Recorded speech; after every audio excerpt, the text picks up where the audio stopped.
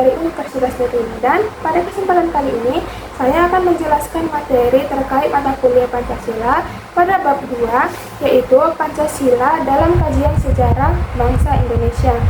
Sebelum kita masuk ke dalam pembahasan, ada baiknya kita mengetahui pengertiannya terlebih dahulu. Nah, pengertian Pancasila dalam sejarah bangsa Indonesia menunjukkan pada 3 hal. Yang pertama, Pancasila merupakan produk autentik pendiri bangsa Indonesia atau disebut juga dengan The Founding Fathers. Yang kedua, nilai-nilai Pancasila bersumber dan dikali dari nilai agama, kebudayaan, dan adat istiadat.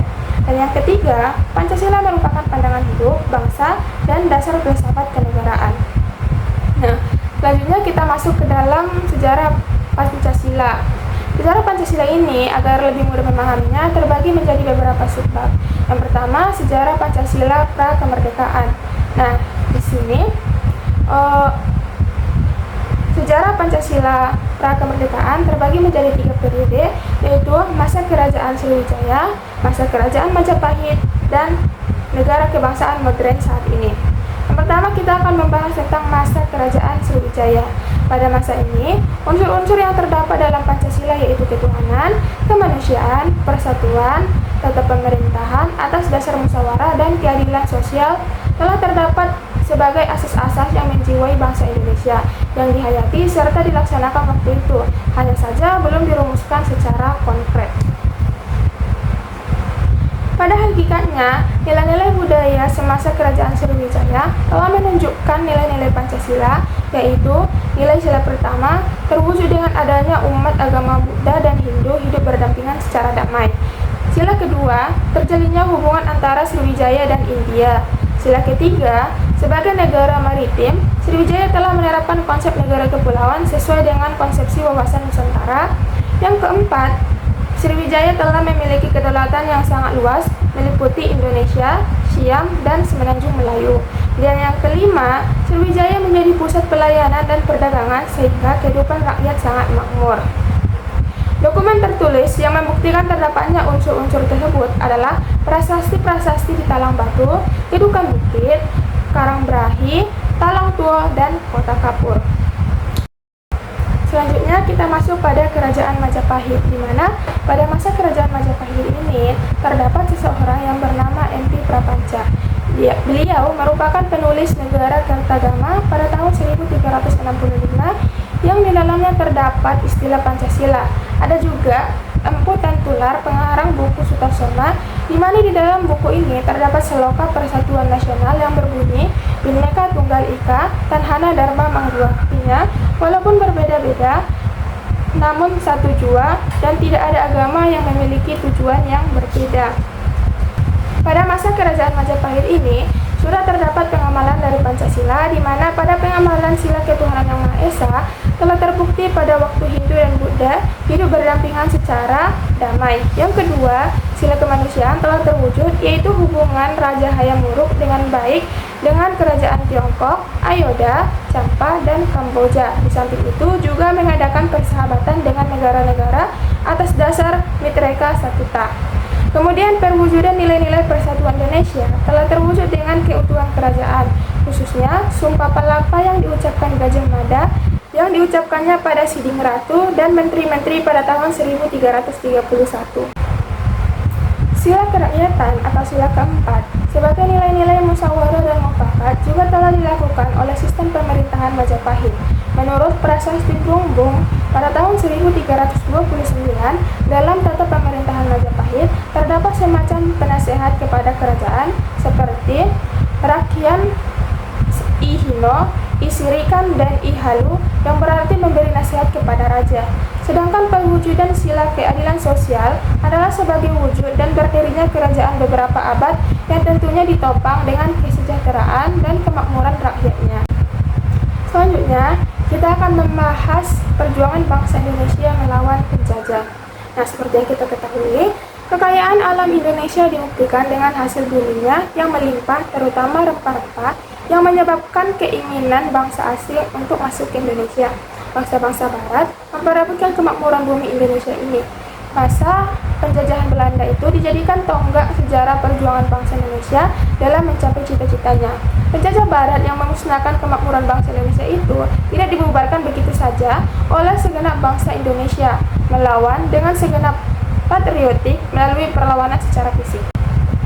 Pada abad ke-17 dan ke-18, perlawanan terhadap penjajah digerakkan oleh pahlawan Sultan Agung dari Mataram pada tahun 1645, Sultan Agung Tirta Yasa dan Kitapa dari Banten pada tahun 1650, Hasanuddin berasal dari Makassar pada tahun 1660, Iskandar Muda dari Aceh pada tahun 1635, Untung Surapati dan Trunojoyo dari Jawa Timur pada tahun 1670, Ibnu Iskandar dari Minangkabau pada tahun 1680.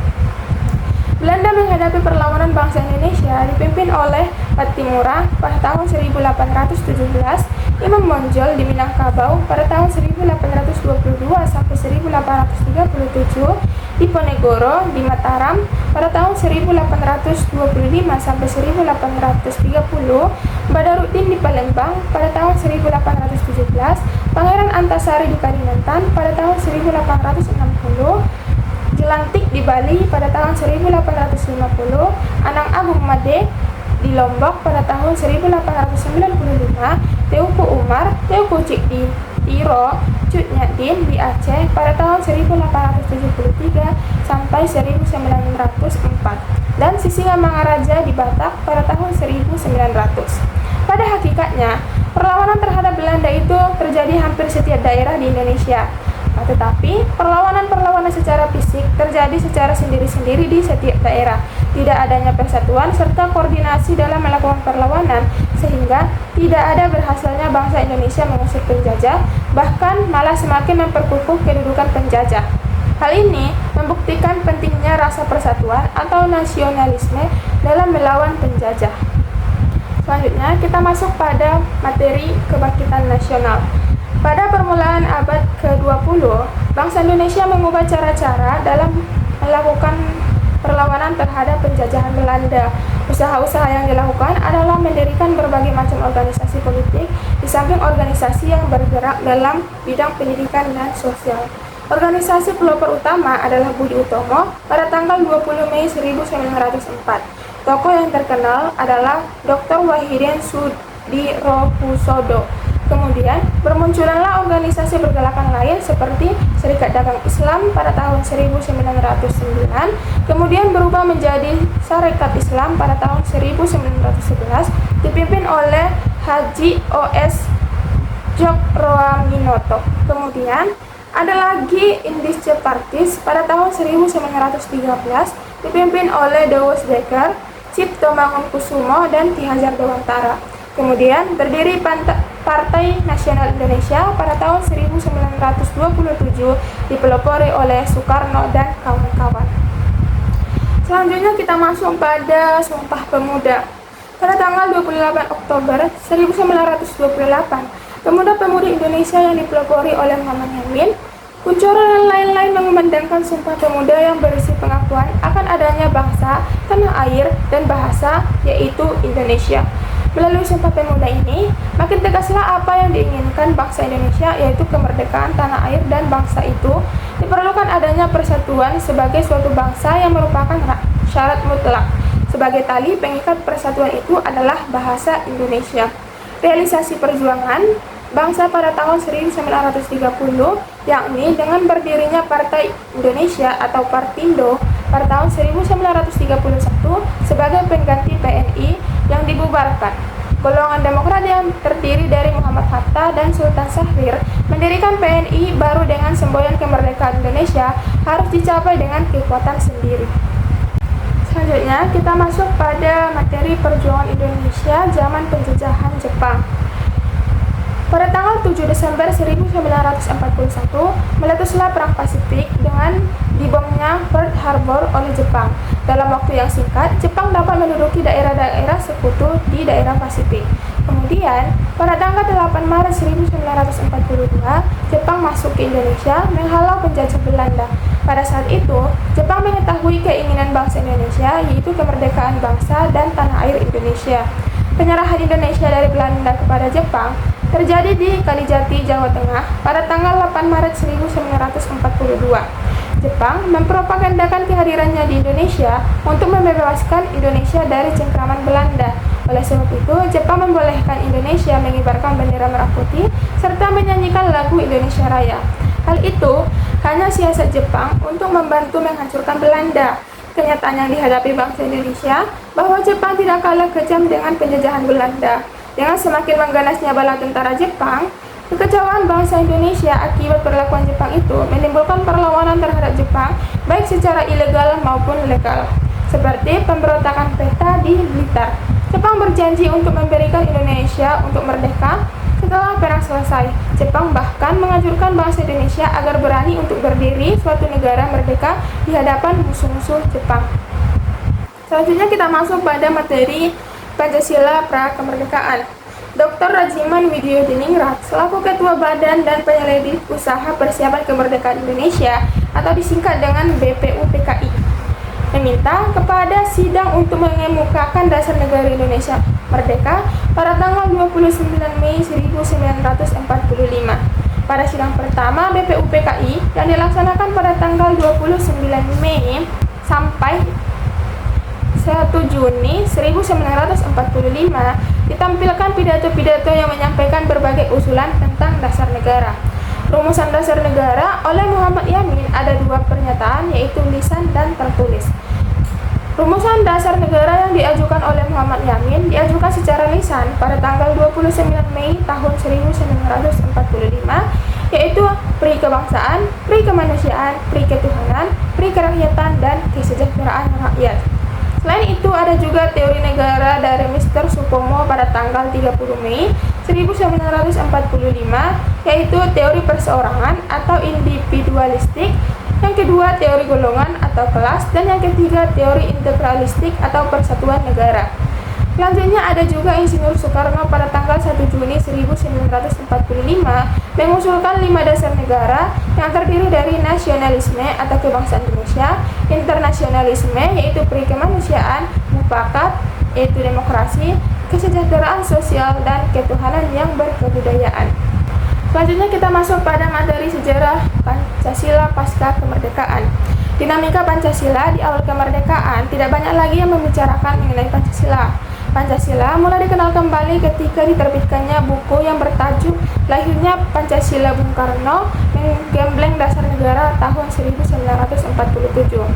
Pada tahun 1949 terjadi perubahan konstitusi, yakni Undang-Undang Dasar Negara Republik Indonesia yang diterapkan PPKI berubah menjadi Konstitusi RIS atau Republik Indonesia Serikat.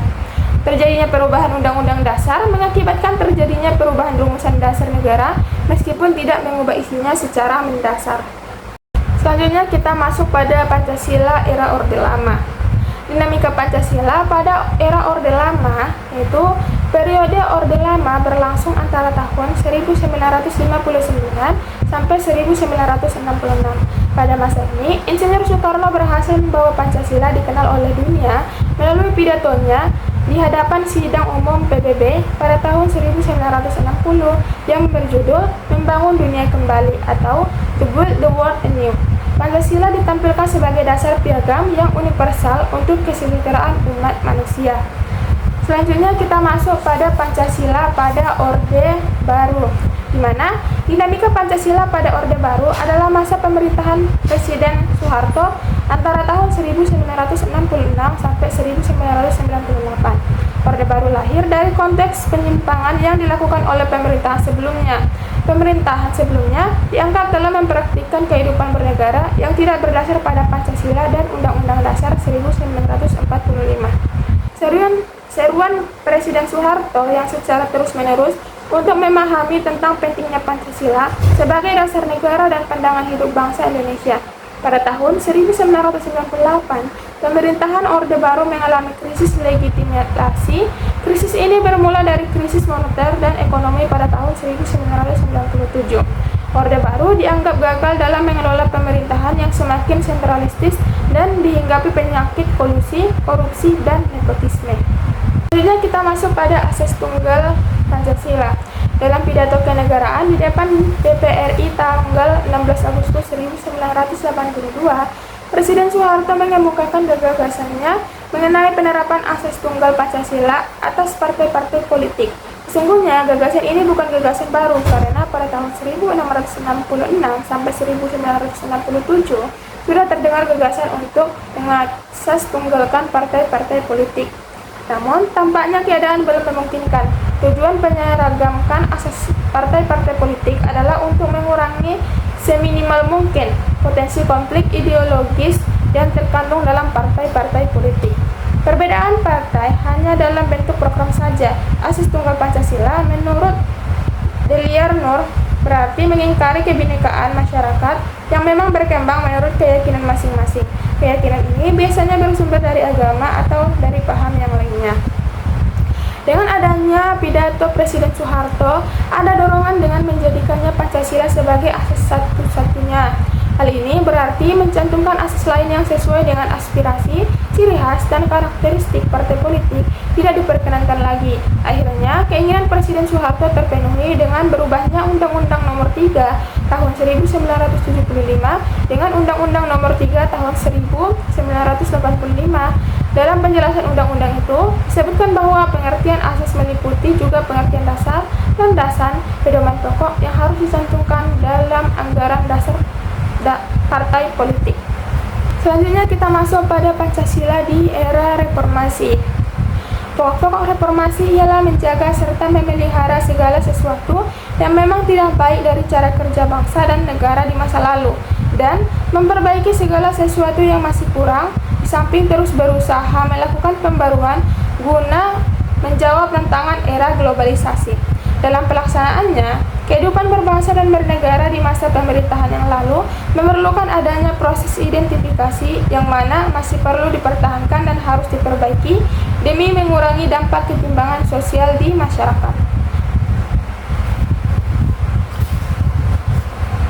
Dinamika Pancasila pada era reformasi lahir dengan semangat menghapuskan pengalaman-pengalaman buruk penyelenggaraan pemerintahan sebelumnya. Di awal reformasi, Pancasila telah dilupakan banyak orang. Keluarnya ketetapan MPR nomor 17 MPR tahun 1998 tentang pencabutan ketetapan Majelis Permusyawaratan Rakyat Indonesia nomor 2 MPR tahun 1978 tentang pedoman penghayatan dan pengamatan Pancasila dan penetapan tentang penegasan kembali Pancasila sebagai dasar negara dapat dikatakan sebagai momen penting dan bersejarah bangsa ini. Era reformasi ternyata tidak alergi dengan Pancasila. Sekian penjelasan materi dari saya. Jika ada kurang dan kesalahan, saya mohon maaf. Assalamualaikum warahmatullahi wabarakatuh.